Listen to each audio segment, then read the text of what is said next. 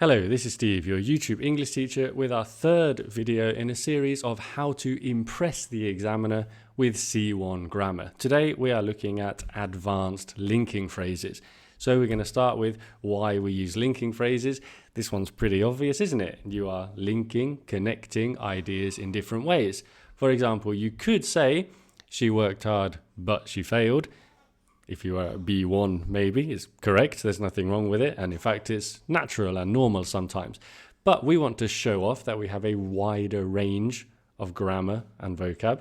So instead, we would say, despite working hard, she failed the test. And we would say, despite working hard.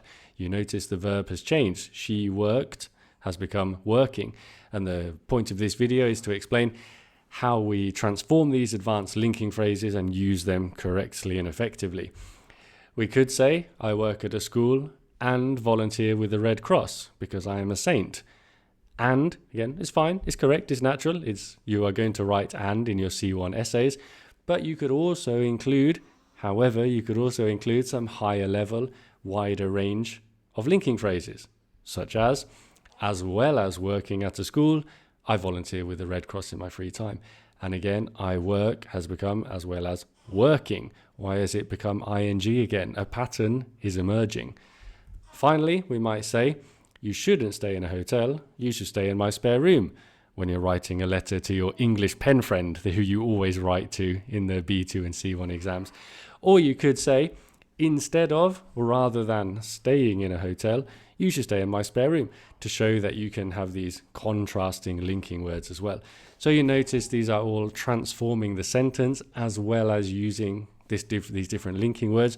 So you're showing you've got the vocab and you've got the grammar to use them correctly. So how do we do that exactly? Well, in general, these structures that I'm sharing with you are going to be followed by a gerund or a noun. In most cases, a gerund in the examples we're looking at.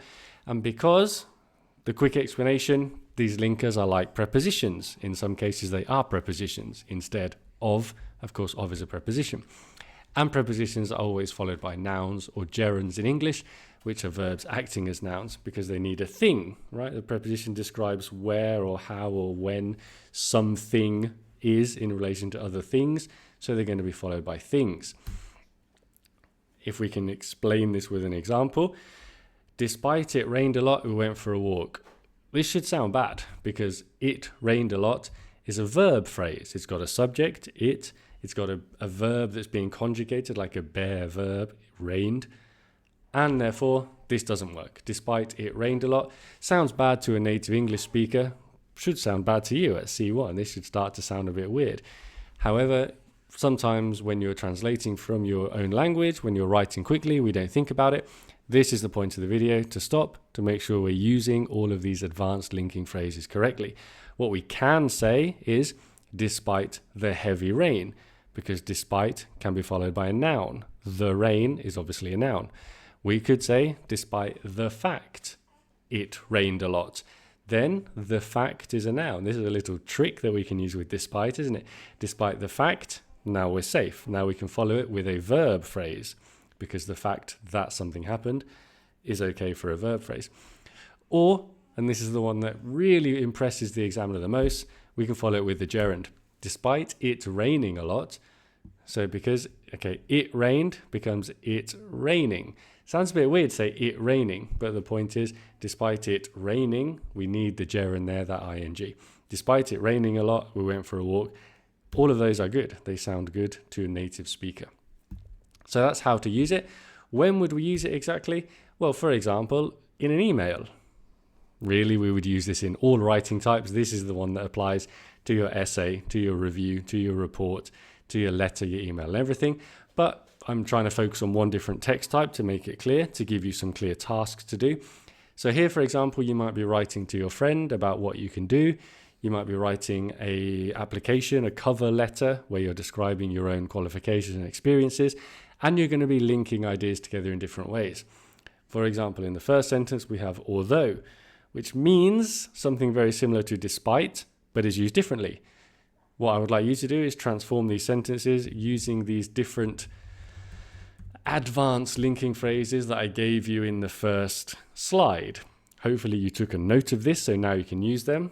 the answers are going to be using despite, as well as, and instead of.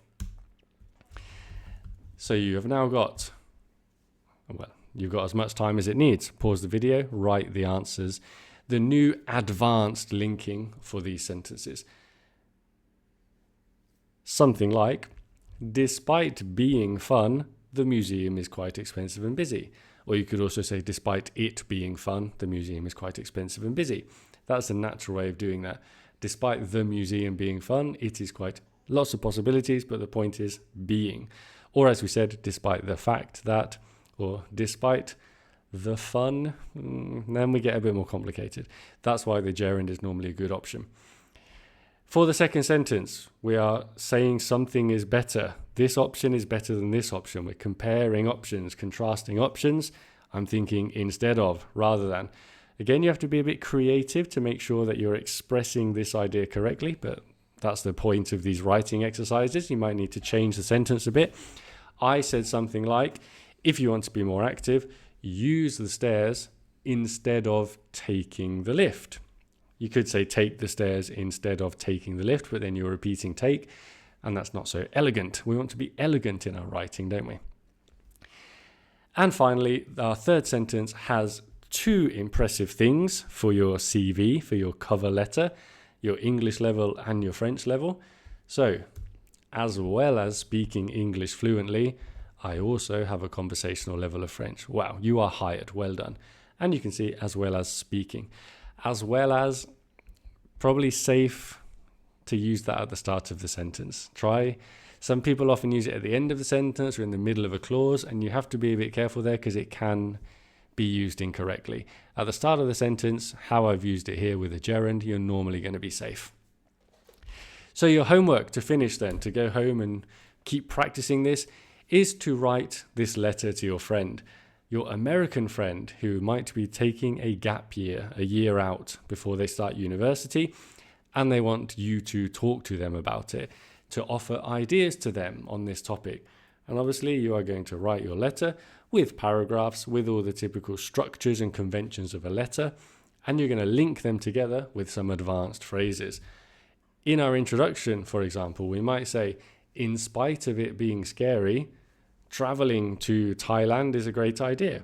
So in spite of it being, I say in spite of, hopefully you're familiar with this, despite, in spite of, exactly the same. Used in exactly the same. All the rules I've said for despite apply to in spite of.